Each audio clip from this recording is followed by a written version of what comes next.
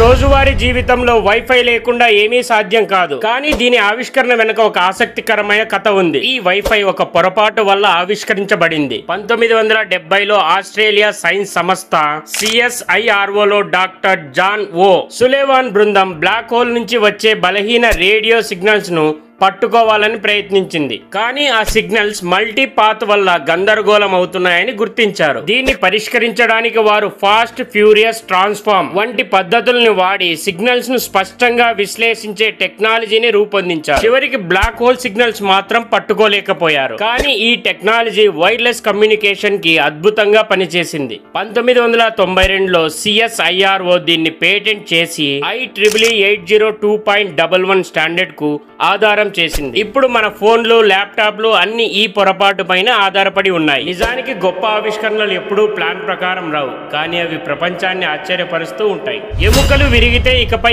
Operation అవసరమే లేదు. కేవలం 3 నిమిషాల్లో ఎముకలను అతికించే కొత్త గ్లూ వచ్చేసింది. చైనాలోని వైద్యులు బోన్ 02 అనే అద్భుతమైన గ్లూను ఆవిష్కరించారు. ఎముకలు విరిగితే ఆపరేషన్ చేసి స్టీల్ ప్లేట్ అమరుస్తారు. కానీ ఈ గ్లూ వల్ల ఇకపై ఆ అవసరమే ఉండదు. ఆపరేషన్ లేకుండా సూదితో ఎముక విరిగిన చోట ఇంజెక్ట్ చేస్తారు. కేవలం 3 నిమిషాల్లోనే ఎముక అతుక్కుపోతుంది. రక్త ప్రవాహం ఎక్కువ ఉన్న చోట కూడా ఇది బాగా పనిచేస్తుంది. ఇంకా ప్రత్యేకత ఏంటంటే ఎముక పూర్తిగా అతుక్కుపోగానే ఈ గ్లూ శరీరంలో కలిసిపోతుంది. మళ్ళీ తీసివేయడానికి ఆపరేషన్ చేసే అవసరమే ఉండదు.